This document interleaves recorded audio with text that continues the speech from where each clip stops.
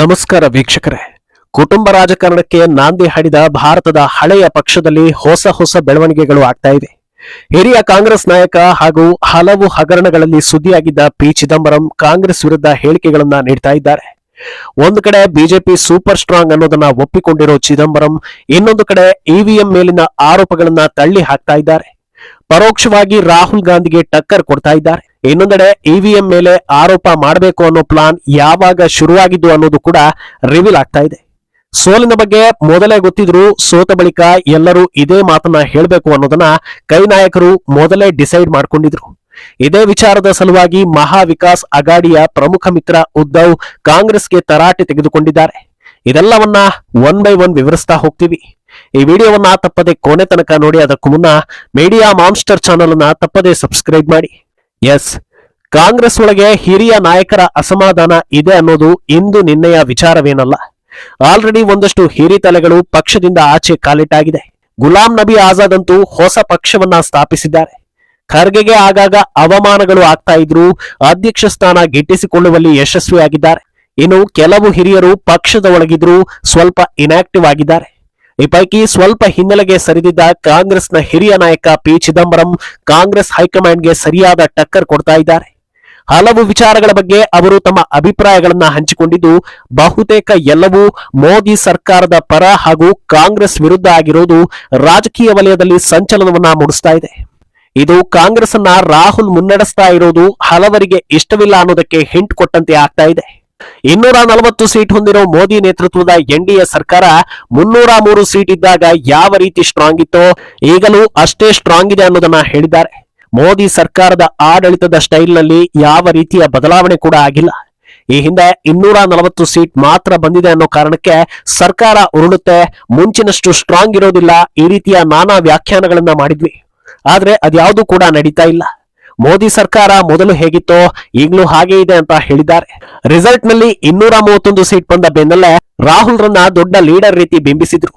ಅದರ ಜೊತೆಗೆ ಇನ್ನೆಲ್ಲಾ ಎಲೆಕ್ಷನ್ ಗಳಲ್ಲೂ ರಾಹುಲ್ ಸ್ಟ್ರಾಟಜಿ ವರ್ಕ್ ಆಗುತ್ತೆ ಅನ್ನೋದನ್ನ ನಂಬಿಕೊಂಡಿದ್ರು. ಆದ್ರೆ ಅದ್ಯಾವುದೂ ಆಗ್ಲೇ ಇಲ್ಲ ಅಂತ ಹೇಳಿದ್ದಾರೆ.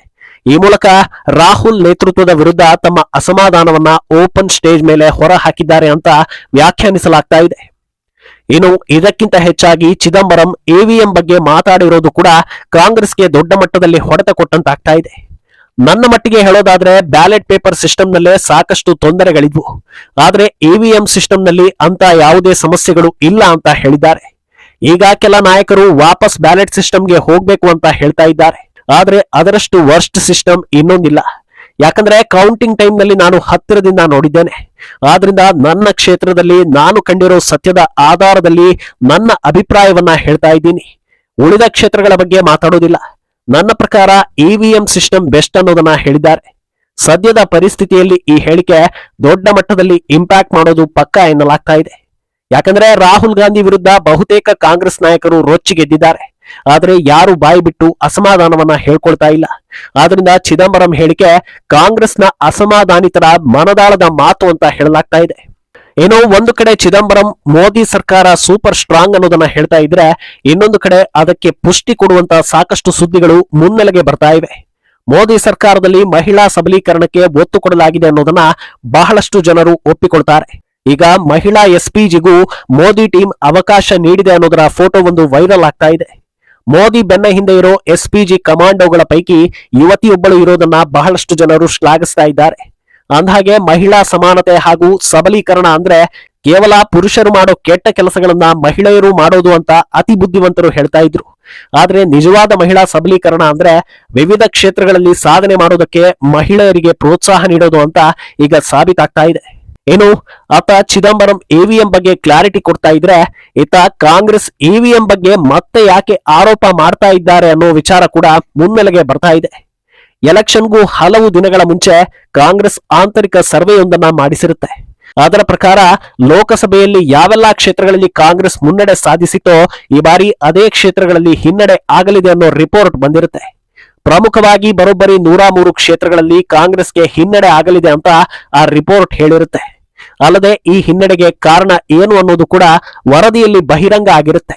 ಶಿಂದೆ ಸರ್ಕಾರದ ಲಾಡ್ಕಿ ಬೆಹನ್ ಯೋಜನೆ ಅತ್ಯಂತ ಜನಪ್ರಿಯ ಆಗಿರೋದ್ರಿಂದ ಜನರು ಮತ್ತೆ ಮಹಾಯುತಿಗೆ ವೋಟ್ ಹಾಕೋದು ಗ್ಯಾರಂಟಿ ಅಂತ ಹೇಳಲಾಗಿರುತ್ತೆ. ಇದರ ವಿರುದ್ಧ ಕಾಂಗ್ರೆಸ್ನ ಯಾವ ಅಸ್ತ್ರಗಳು ಕೂಡ ಪ್ರಯೋಜನ ಆಗೋದಿಲ್ಲ ಅಂತ ಗೊತ್ತಾಗ್ತಾ ಇದ್ದ ಹಾಗೆ ಒಂದು ವೇಳೆ ಸೋತ್ರೆ ಎಲ್ಲರೂ ಇವಿಎಂ ವಿರುದ್ಧ ಮಾತಾಡೋಣ ಅನ್ನೋದನ್ನ ನಿರ್ಧಾರ ಮಾಡಿದ್ರು ಅನ್ನೋದು ಬಹಿರಂಗವಾಗ್ತಾ ಇದೆ. ಇನ್ನೊಂದೆಡೆ ಕಾಂಗ್ರೆಸ್ ವಿರುದ್ಧ ಉದ್ಧವ್ ಠಾಕ್ರೆ ರೊಚ್ಚಿಗೆದ್ದಿದ್ದು ನಿನ್ನೆಯಷ್ಟೇ ಮೈತ್ರಿಕೂಟದಿಂದ ಹೊರಬರೋ ಸಿಗ್ನಲ್ ಕೊಟ್ಟಿದ್ರು. ಈಗ ಅವರದ್ದೇ ಪಕ್ಷದ ನಾಯಕ ಅಂಬಾದಾಸ್ ದಾನ್ವೆ ಕಾಂಗ್ರೆಸ್ ವಿರುದ್ಧ ಹೊಸ ಆರೋಪವನ್ನ ಮಾಡ್ತಾ ಇದ್ದಾರೆ. ಕಾಂಗ್ರೆಸ್ ಓವರ್ ಕಾನ್ಫಿಡೆನ್ಸ್ ನಿಂದಲೇ ಇಷ್ಟು ಹೀನಾಯ ಸೋಲಾಗಿರೋದು ಅಂತ ದಾನ್ವೆ ದನಿ ಏರಿಸಿದ್ದಾರೆ. ಕಾಂಗ್ರೆಸ್ ಹರಿಯಾಣ ಸೋತ ಬಳಿಕವೂ ಅದರಿಂದ ಪಾಠವನ್ನ ಕಲಿತಿರಲಿಲ್ಲ. ಲೋಕಸಭೆಯಲ್ಲಿ ಇಂಡಿ ಒಕ್ಕೂಟಕ್ಕೆ 231 ಸೀಟ್ ಬಂದಿದ್ದು ಮಹಾರಾಷ್ಟ್ರದಲ್ಲಿ ಹೆಚ್ಚಿನ ಸೀಟ್ ಗೆದ್ದಿದ್ದ ಗುಂಗಲ್ಲೇ ಇತ್ತು. ಕಾಂಗ್ರೆಸ್ ನಾಯಕರು ಎಲೆಕ್ಷನ್ಗೆ ಮುನ್ನವೇ ಸೂಟು ಬೂಟು ಹಾಕೊಂಡು ಸಚಿವ ಸ್ಥಾನ ಹಂಚಿಕೆಯ ಕನಸು ಕಾಣ್ತಾ ಇದ್ರು. ಒಂದು ವೇಳೆ ಅವರು ಉದ್ಧವ್ ಠಾಕ್ರೆ ನಮ್ಮ ಒಕ್ಕೂಟದಿಂದ ಮುಖ್ಯಮಂತ್ರಿ ಅಭ್ಯರ್ಥಿ ಅನ್ನೋದನ್ನ ಅಧಿಕೃತವಾಗಿ ಹೇಳಿದಿದ್ರೆ ರಿಸಲ್ಟ್ ಬೇರೆ ರೀತಿಯಲ್ಲೇ ಬರ್ತಾ ಇತ್ತು. ಆದ್ರೆ ಅವರು ಆ ಕೆಲಸವನ್ನ ಮಾಡಲಿಲ್ಲ. ಆದ್ರಿಂದ ಹೀನಾಯ ಸೋಲಿಗೆ ಕಾಂಗ್ರೆಸ್ ನೇರ ಹೊಣೆ ಅಂತ ಆರೋಪಿಸ್ತಾ ಇದ್ದಾರೆ. ಇನ್ನೊಂದು ಕಡೆ ಮಹಾರಾಷ್ಟ್ರ ರಾಜಕೀಯ ಅಖಾಡದಲ್ಲಿ ಪ್ರಧಾನಿ ಮೋದಿ ಪ್ರಿಡಿಕ್ಷನ್ಗಳು ಕೂಡ ನಿಜವಾಗಿತ್ತು ಅನ್ನೋದು ಈಗ ರಿವೀಲ್ ಆಗ್ತಾ ಇದೆ.